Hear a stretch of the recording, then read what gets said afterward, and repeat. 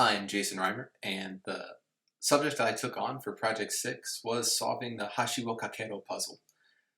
Mainly, I wanted to prove that the use of a hybrid algorithm that incorporated a fail-fast approach for instant discovery of an unsolvable puzzle combined with guesses by a genetic algorithm, and then finally using a backtracking solution was going to prove on average more efficient than just using backtracking.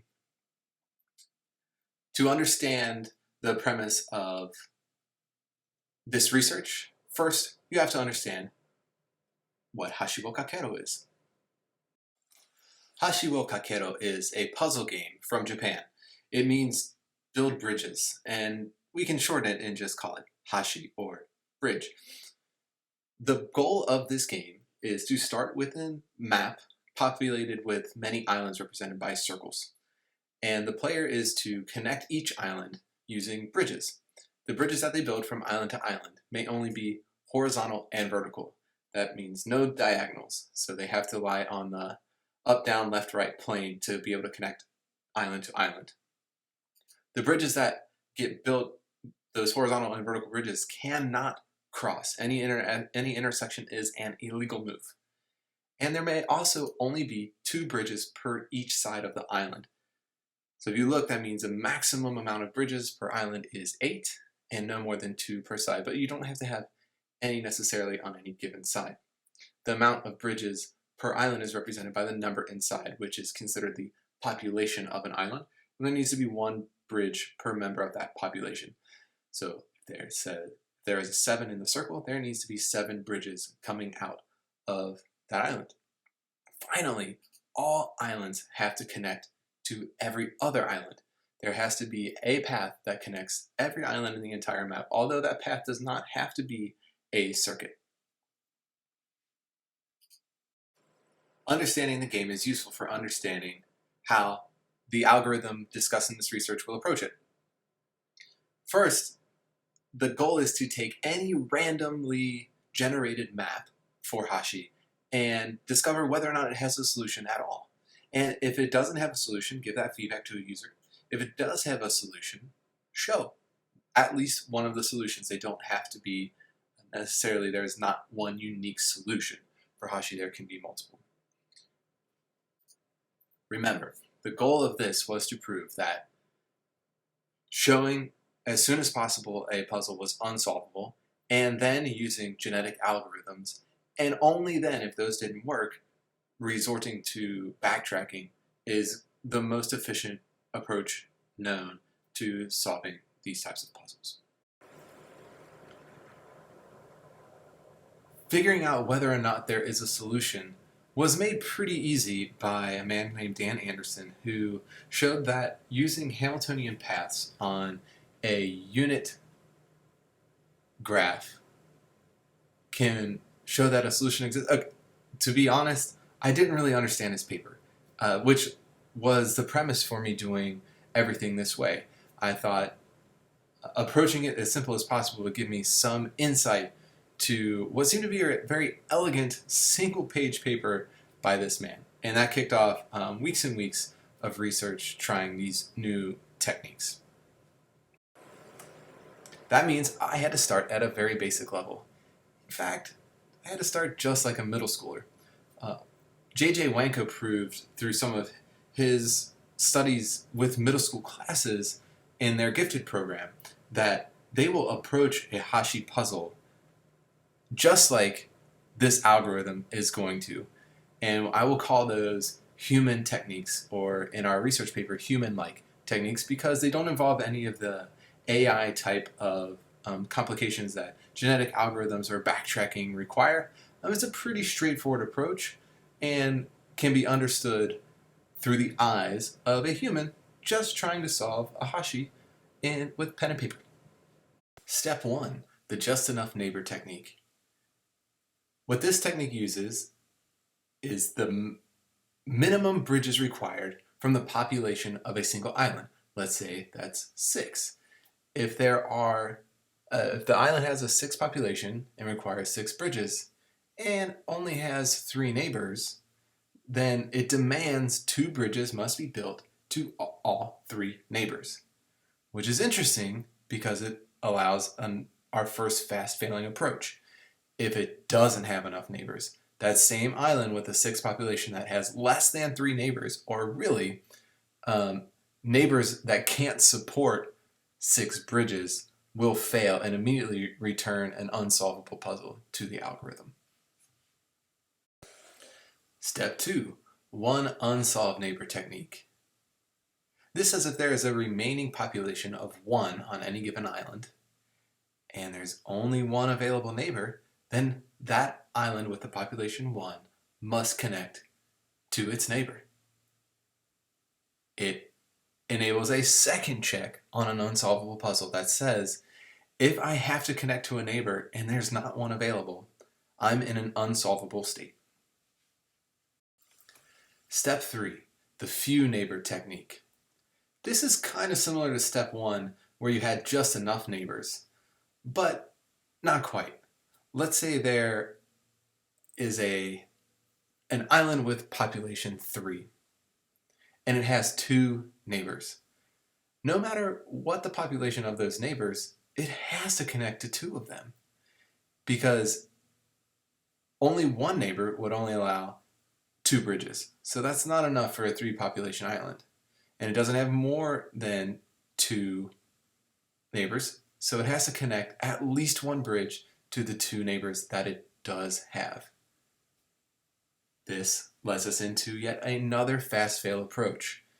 If it connects to those 2 neighbors and neither one of them can support the population, we've reached another unsolvable puzzle. Step 4, the leftover technique. This takes a few bridges to get to this spot, but in short it says if I have to build to all of my neighbors and there are still bridges I have to build, then I can at least build to one place. Let's take the example of a 2 bridge that has 1 neighbor of population 1. Well, even if it goes to that 1 neighbor with a 1 population, it still has to go somewhere else. And so if there's only 1 option left, you can confidently build a bridge in that direction knowing that it must, even if it never builds one to the 1.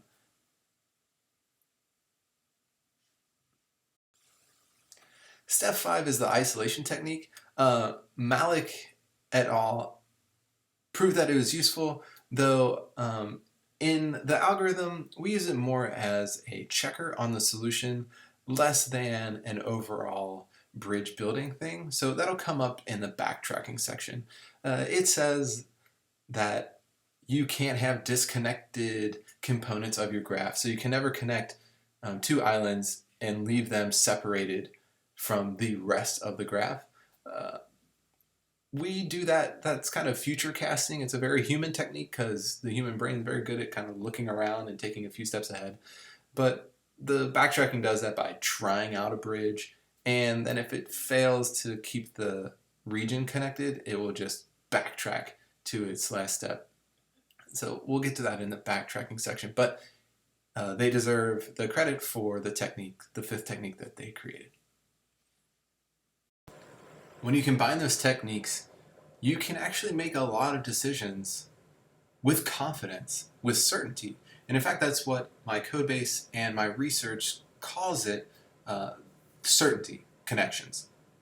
Because you can certainly make the connection based on those rules, and there is no other option. In fact, you must make that connection based on these rules. Because of that, there are 2 sets of maps that you can create in Hashi. I have delineated a simple map and a complex map. A simple map we will approach first. A simple map is any Hashi configuration that can be solved using the certainty connections alone. That means a decision is never really made. The setup of the map makes the decisions for the algorithm. It has to connect, and if it can't, then it is an unsolvable puzzle. These types of maps are mostly the easy difficulty level maps on the websites that allow you to play Hashi, and essentially you don't ever have to make a guess and see where you end up. You can just do a process of elimination. In fact, the algorithm can solve any size simple puzzle just by looping these certainty connections. It'll check the puzzle, make any of the certainty connections it's allowed to, and then keep iterating, because a lot of those certainty connections will reveal new certainty. And if at any point it reaches an unsolvable state, then it is proved that that is an unsolvable puzzle because it made all possible certainty connections and still reached error states, which means it did what it had to do and was unsolvable ultimately. Those are simple maps. In the other camp, there are complex maps. A complex map can contain any states of a simple map, but the key difference is you will reach a point where you have to make a guess and try that path to see if it works, and you might have to come back, erase that guess, and try again. This makes a complex map that can't be solved just with those simple techniques alone, with those human-like techniques. These complex maps are what will require backtracking. For Hashi, the backtracking algorithm, in theory, is pretty simple. It will make all the certainty connections that it can until it reaches a state where it has no more certainty connections to make. At that point, it has to make a guess, try that path, and potentially come back if it reaches an error state, because it must try all configurations to prove that it is not unsolvable. To do this, it will create a list of all the configurations of the leftover islands. A configuration is any legal bridge setup for a specific island. So if it has 6 population and 4 neighbors, and all 4 of those neighbors can support at least 2 bridges, there are 16 legal configurations for that island. It will try every configuration and then move on to another island and try its configuration. Kind of like a flowchart. For island A, it will pick configuration 1, and then move to island B, pick configuration 1. If that fails, it will pick island B's configuration 2, and look through all of B's configurations. If those all fail, it will backtrack to island A's configuration 2 and try it all over again. Well, I would love to tell you this research was a smashing success. This is actually where the algorithm's progress ended. I think the way I implemented this in Java created a lot of problems for the backtracking, namely with the configurations. I didn't discover that configurations were the key until late in the game. I started with bridges instead of configurations, and that prevented me from marking certain connections as complete, specifically when there was the ability to build 2 bridges in a single direction. So let's say you could build 2 bridges to the east, and I chose to build 1 bridge. But the way my algorithm would then adjust the map just said that you could still build yet another bridge to the east. But that's not what I wanted. I wanted to build 1 bridge and shut off any more bridges from being built to the east. That's what led me to this configuration technique. And when I started to implement the configuration technique, it became very hard to clone the state before backtracking took a new path. Though we did figure it out, it never came to fruition. What did happen? Well, it would solve simple maps, as far as I can tell, as large as you'd like to throw at it. But once it got into too many complexities, it was spotty whether or not it would solve them. Essentially, more than a handful of decisions it would need to make, it would fail in its backtracking process and not be able to travel down new paths. What it contains so far, though, is the fail fast. So every time it would try a backtracking, it would check the puzzle again. Checking the puzzle was a big O then operation, and I was happy to do it over and over computationally because it was far less consuming than the d to the nth operation that backtracking ended up being. All the checker did was, one, lay out every connection that it had. So it would look at every bridge and see the end nodes of that bridge and put them in one list. And if that list was the length of the total number of nodes in the set, then yes, all bridges were connected. It was never allowed to build any intersecting bridges, so I knew there were no crossing, so it was still a legal state if they were all connected. And then it just added up the adjusted population.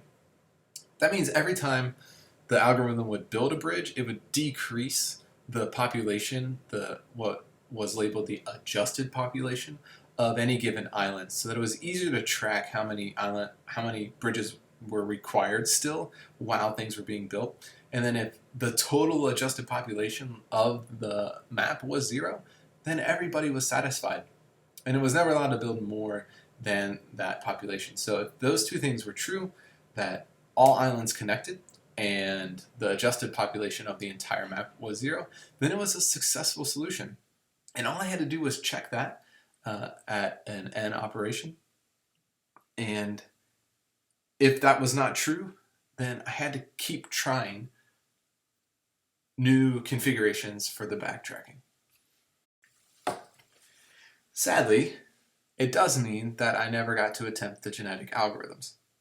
The goal there was that I would run enough trials to find an average case where the genetic algorithms, which would never be able to tell you that a puzzle was unsolvable, right? It would only be able to tell you if it was solvable by finding a solution, which it may or may not do. So after so many generations, I would have liked to have found an average where it was worth running the GA because it was more cost effective than it is to run the backtracking. And in hopes that of all the random puzzles, failing fast would probably prove that a lot of random configurations couldn't even create a solution. And then secondly, that genetic algorithms would find a solution quicker than DFS would in the backtracking if there was a solution, and then put some boundary that, I don't know, maybe 100,000 generations in the GA, and just keep running the trials to see what is that magic number where I can stop running a GA and resort to backtracking and still have better results than always just starting with backtracking. Backtracking was hard, but Hashi was fun, both to learn how to play and to try to solve. If I could do it all again, I wish I would have stumbled on the configurations a lot sooner. I would probably still take the backtracking first approach because ultimately it's my solver. So that even if I made the genetic algorithms first, I would still need to test some enormous puzzle that I can't feasibly do as a human. So when it was these small testing puzzles like 5, 10 islands, maybe 20 from a website, that was fine. I could actually solve it on my own and then input it into the program as an acceptance criteria for some of the automated testing that I had. But when it came to 400, 4,000 islands in a puzzle, there was just no way I would have been able to check a solution on a genetic algorithm for that. I could have assumed it was correct just based on my puzzle checks, but I would have rather had some type of verification with my DFS via backtracking. The ultimate goal of finding the most efficient way to do this, it still seems like it was a good idea to have that fail fast approach. I would keep that in. And probably just be better at backtracking. It seemed like the cloning was a huge problem, And I think a lot of the research that you read is so much about the pseudocode of backtracking, which made a lot of sense. I mean, you see the flow chart. In theory, the backtracking of a Hashi puzzle is pretty simple, but when it actually came to making the code work, there were a lot of nuances in keeping the state of a branch in the recursion that I couldn't tackle.